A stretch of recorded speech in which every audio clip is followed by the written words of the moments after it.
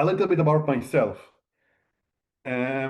Like you see in the picture, right now I'm physically in Paphos, Cyprus. Um, like I don't know if I can call myself a digital nomad, but whatever term or definition for now I'm in Cyprus. Um, I have like 15 years of experience in general. I was starting from, I can say, a typical software developer, and then after a while moved to more DevOps, cloud, data areas. And right now I'm working as a freelancer. All the recent years, I working with more professional services companies. So I have a lot of experience for seeing companies from small startup, um, all spectrum for big companies, enterprise companies, etc. So let's start. Probably all of us heard about all the story for that AWS US East one was down. Yeah, a lot of people ask themselves why this service is not working or why this service is down or whatever. And we all saw that kind of half of the internet went down in the out of October 2025. But a lot of my colleagues, my friends, whatever, and I myself was also infected, and some of the website got down, and probably you heard about this outage. So I don't know if you know, but US East 1, what we called North Virginia in AWS, uh, historically have a significant outage all of the years. Um, that we have outage like you see here in 2021, 2023, and all above. So for one who have a lot of experience working with AWS and try to choose a good region to build all infrastructure in, I have to say that usually we don't want to choose US East one because we know that this region have a lot of histories with outage. I think historically, um, this region was the first region that AWS built in their services. So a lot of, I can say, fundamental services all over AWS, not only that original, I can say, focused, are all also based in US East 1. For example, the last outage was because DynamoDB was doing some issues in whatever race condition that run there. And because of that, DynamoDB, because of that, a lot of services all around were down. And DynamoDB especially is like builds in US East 1. And for example, something funny that the support service is also running on US East 1, and because the region was done, so it took a while for AWS to really understand that there is any issue in the services, because maybe people try to open a support case, but the support service was also down. So it took them a while to really understand that there is an issue or a big issue in the US East 1 region. But this will lend us for a general for the topic for this lecture, and the general discussion about having disaster recovery plan. So I will start from a few sentences from my experience that I saw like hundreds almost of companies that having a plan to migrate to the cloud, having something on the cloud, and what we call the hybrid environment, that part of in the cloud, part of it on premise, or etc. And usually a lot of the companies doesn't really have what we can call a disaster recovery plan that is really, I can say, mature. Um, Even companies in like a very restricted area like fintech, maybe military or something like that, that have kind of high compliance and restrictions, still, from my experience, doesn't have a really proper disaster recovery plan.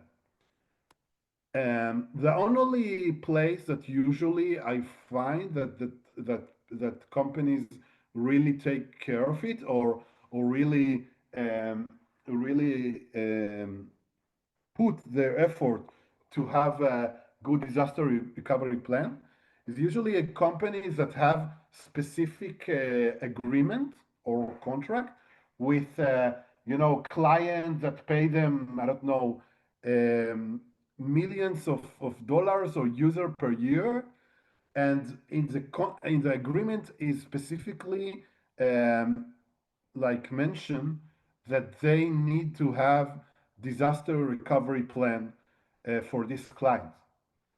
So only if it involved a huge amount of money and specific agreement, like I can say task, then companies really care about it.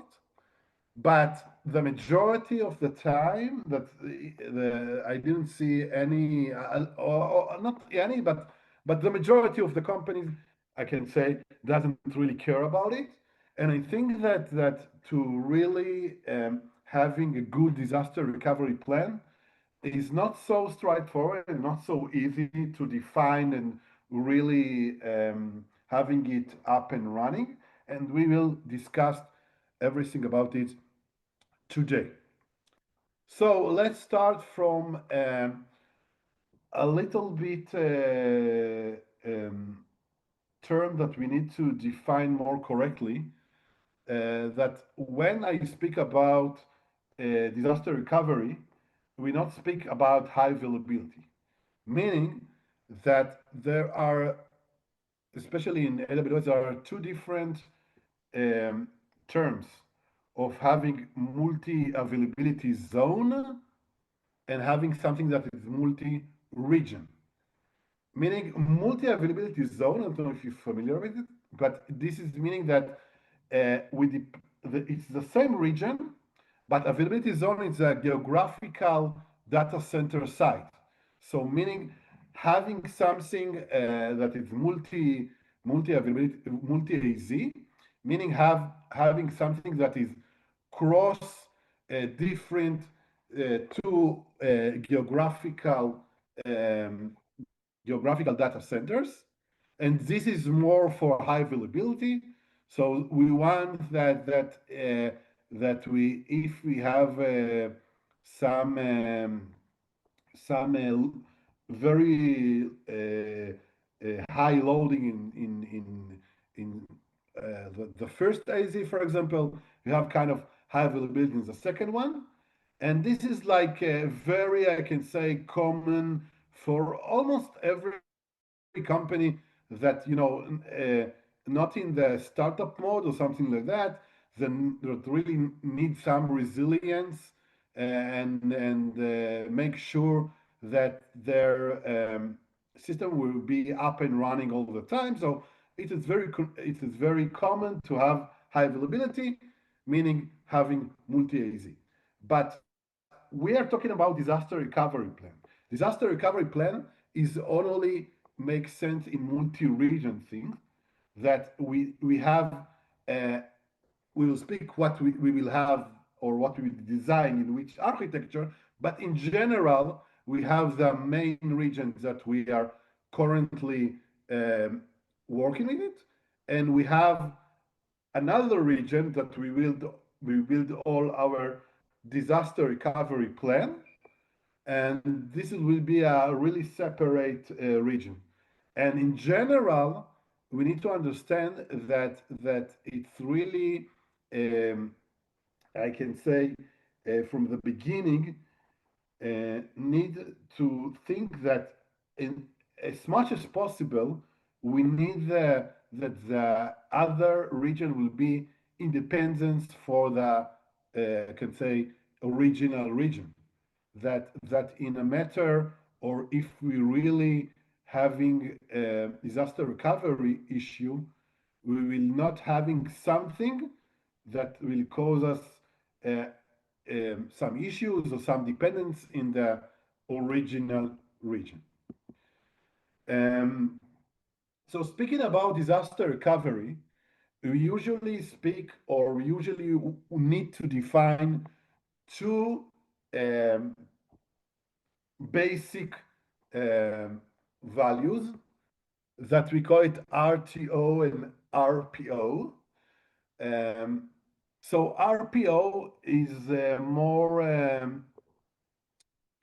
connected to all the things of data loss, meaning that this is the maximum time that we can accept kind of data loss.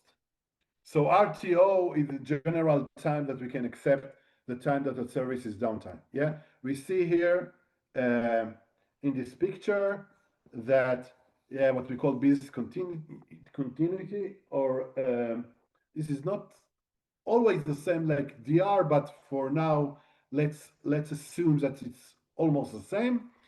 Um, but here we see the RPO, the time that we can accept the data lost from the disaster, and the RTO, it's the really downtime of the services.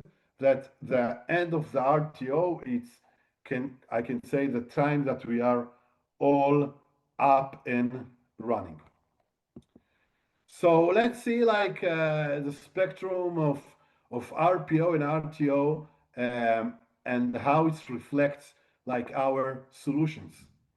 So if I have RPO for milliseconds or seconds, yeah, so usually it means that the data is need to replicated almost in a real time, um, because we can't really afford some loss of data for milliseconds or seconds. Yeah, seconds or minutes is it can be more also asynchronous replication. It's if we coming for hours to days, it can be stored in another place for a backup, and then we just recover from it um, in a time of disaster. Yeah. So that's the spectrum of having very low RPO and having very high RPO, and it really depends which solution we are choosing to use in our disaster recovery plan. Also in RTO means um, it's also a means of which time we want to or we accept here. So if you have like a millisecond or second, it means that there is no really downtime in the system. Something like active, we will speak about all the architecture in general, I think in the next slide. But in general, speaking about RTO, really low RTO, it's meaning that there is no really kind of downtime of the system. If we have seconds or minutes, um, we need to minimize our downtime, but still we have like a few seconds or minutes to recover or to get to the other, I can say, region. Um, and then, like you said, like you see in the hours to days, um, it's more cross-site recovery, meaning that we have enough time to take the backup and recover it in another place or another region.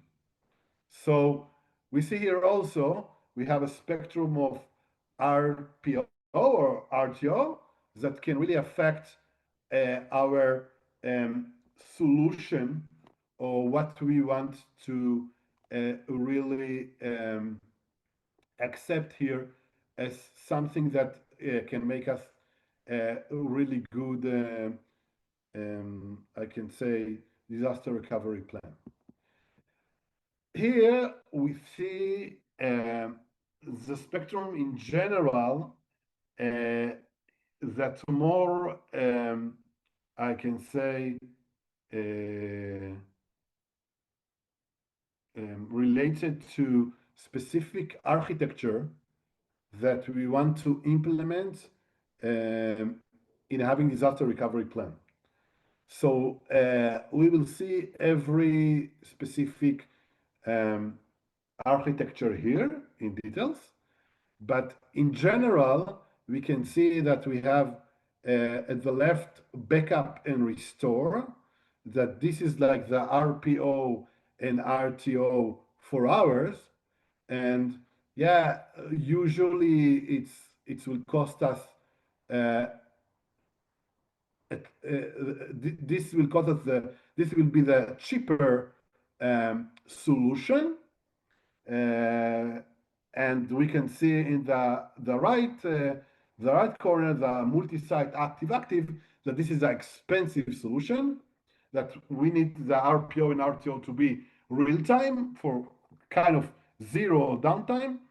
And we have something between, yeah. So we have something that like a pilot light that is, I can say, really common in a lot of the clients that I saw, something in the middle. So the usually the RPO or the data is really having some, I can say, a few minutes targets of loss in this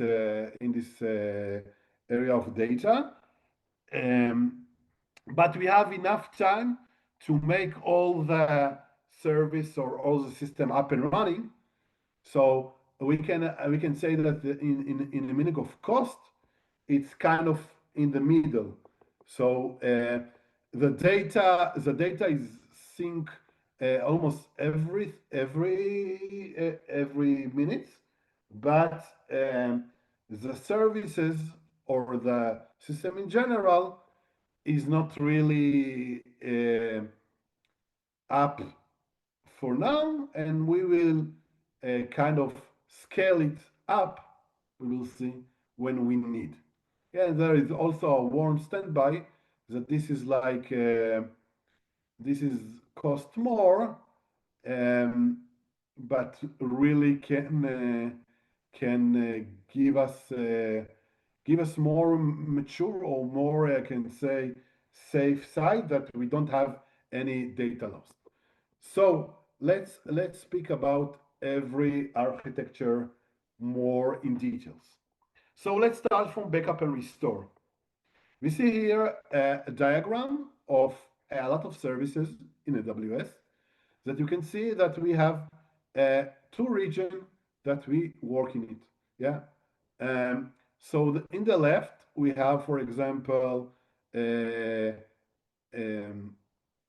Amazon SNS or Amazon Backup, AWS Backup, Amazon Simple Storage Service, yeah, what we call the S3, etc., and some instances, whatever. So what we'll do in general, all the data we can take like a backup from it. We're taking like a EBS snapshot. We're taking like a DB snapshot. So we're taking from all the data kind of a snapshot. And then in the time we really need to uh, recover from disaster recovery, we just restore it all the data in another region. Yeah. So we just having restoring from backup.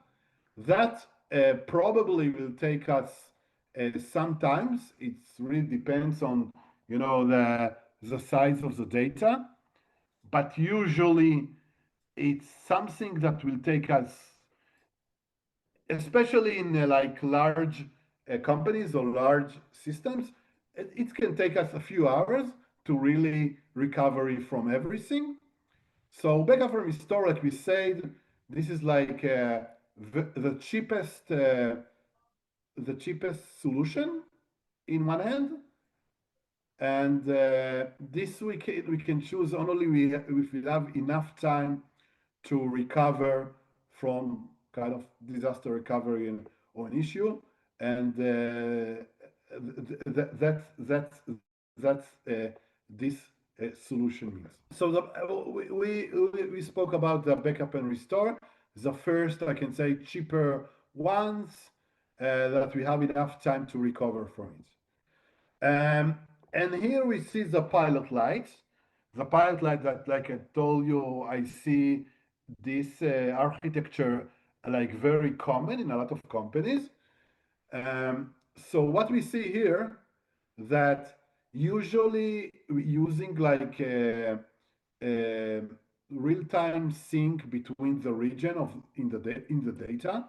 So for example, if we have a Aura, that this is like AWS um, database. Yeah, so we have here Aura. We have replicated Aura to another region also. So pilot light is really common because we have the data sync like in all the time, and in when we need like kind of disaster recovery, we only need to scale like you see, the compute things, like you see for the EC2 or whatever. So using like auto scaling group, and when we really need it, we just scale it to whatever, one, two, or some how many we need. So in that way, because the data is really sync all the time, so we don't have data loss, almost not no data loss. That's the main point here. But we in the other way, we have enough time to really for recovery. So we have enough time to auto scale the compute here and having everything up and running. So usually what we call in RPO and RTO, we call it like RPO for a few minutes and RTO for, I can say, I don't know, hour or something like that, or 2 hours, 3 hours. So we have enough time until all the system can be up and running. The other like solution or architect that we will see, it's warm standby. It's meaning that, like you see, not only the data is replicated, but also all the time there is minimal instances running in the other region. So what that we call warm standby. So it will take us less time to really recovery from having everything in scale zero, like in the in pilot light. So it will take us less time to really recover. Um, so this is like um, having minimal instance in the other region, and in the time of we have really disaster recovery issue, we can scale it to, I can say, something that can really handle our traffic or something like that. And the uh, next one and the last one is like what we call multi-site active. This is like the expensive uh, like solution that everything like you see not only the data is fully replicated, but we have the other region is also really I can say a full replication of the current region, meaning that in a meaning of usually seconds, we can switch between these two regions. Usually we do it by Route 53 or some load balancer. So we have the other region is up and running and can really handle traffic in seconds.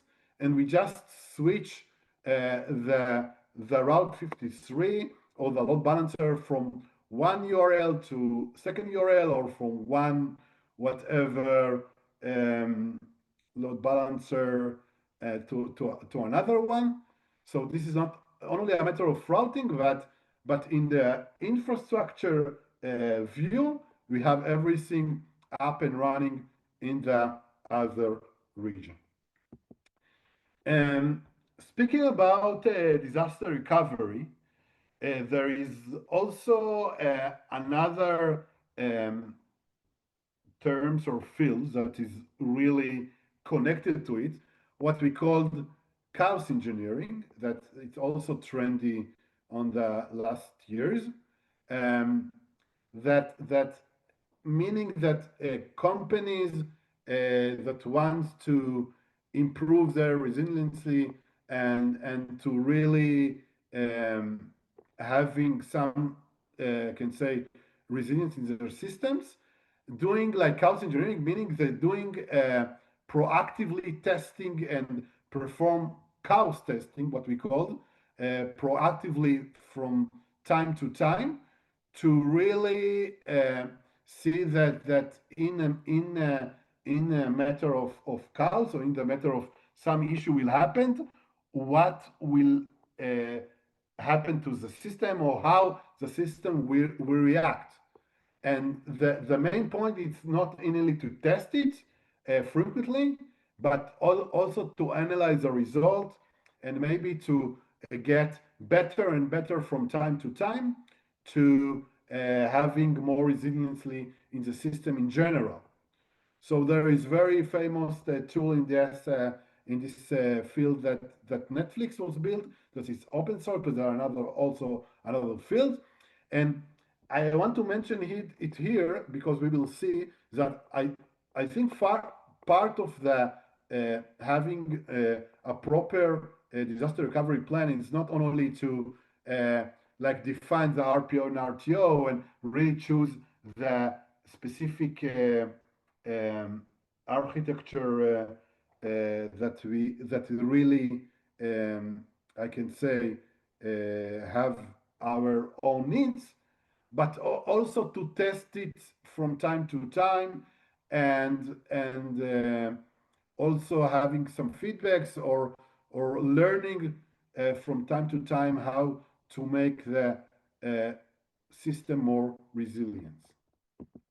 So here are some best practice that I saw for disaster recovery. Like this is I can say the general point that need to be mentioned. Uh, first of all, yeah, we need to the program initiations and management um, of all the process, risk evaluation and controls, meaning that which like these all things I think it's also need to be discussed in the business level, or the business need is also be discussed with the technical implementation of disaster recovery, meaning that how we can really having a less business impact, yeah, or business impact analyst like less be very efficient. But also, usually we need to just make sure that can say implementation will be also realistic. Um, so we need also to choose disaster recovery strategies. Um, like you see, emergency response and operations. Yeah, also the field of incident response nowadays is also very, I can say, very diversified, and we can speak about it a lot of times about how to really get proactive, I can say, mindset in incident reports and how to manage and handle it. But it's also um, um, involved here. I can say also from my experience that we need to know from the beginning that also if we have some disaster recovery issue in the middle of this time, we need to make sure that we do uh, only the most I can say high priority task in our system, because we want in general that we will recover from this I can say issue as much as possible, and go back to the our original region. Yeah, so we need to make sure that we prioritize our task in this area also. So you see, we plan our implementation, documentation. We need also to do some training on it in order to that everyone will know how to do it and how to react, and what we also speak about chaos engineering. Um, Also speaking about crisis communication, even in the middle of crisis, we need to communicate um, and coordinate about the issue. It's really also need to be considered from the beginning, because usually if something happened, uh, if we have clients or we still have clients, we need somehow to communicate this outside our company, and having them to be really understand maybe what is happening. Um, so yeah, this is like in general from my side. Thank you, everyone. I hope it was interesting and helpful.